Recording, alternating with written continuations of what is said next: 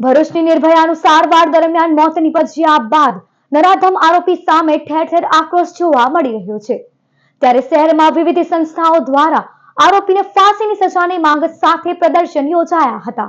ભરૂચમાં 10 વર્ષીય બાળકી સાથે વિકૃતિપૂર્વક દુષ્કર્મ આચરવામાં આવ્યું હતું, જેના કારણે તેનું સારવાર દરમિયાન મોત નિપજ્યું હતું। ત્યારે ભરૂચમાં વસતા મુસ્લિમ સમાજ દ્વારા નરાધમ આરોપીને ફાંસીની સજાની માંગ સાથે મોહમ્મદપુરા સર્કલ નજીક વિરોધ પ્રદર્શન યોજાયું હતું, જેમાં બાળકીને શ્રદ્ધાસુમન અર્પણ કરવામાં આવ્યા હતા અને નરાધમ આરોપીને વહેલમાં વહેલી તકે ફાંસીની સજા થાય તેવી માંગ કરવામાં આવી હતી।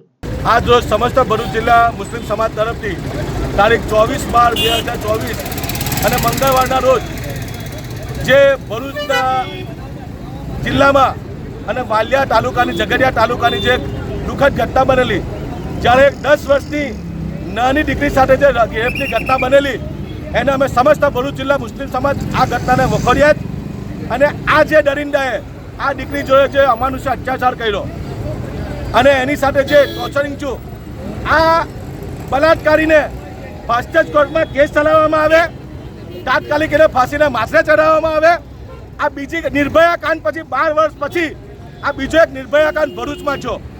12 વર્ષની ઘટનામાં કેન્દ્ર સરકારે મોટા મોટા વાયદા કર્યા હતા કે ભાઈ અમે અલગ અલગ પ્રકારના કાયદાઓ બનાવીશું, પરંતુ અમે સમસ્ત ભરૂચ જિલ્લા મુસ્લિમ સમાજ આ મા બાપના પડખે છે।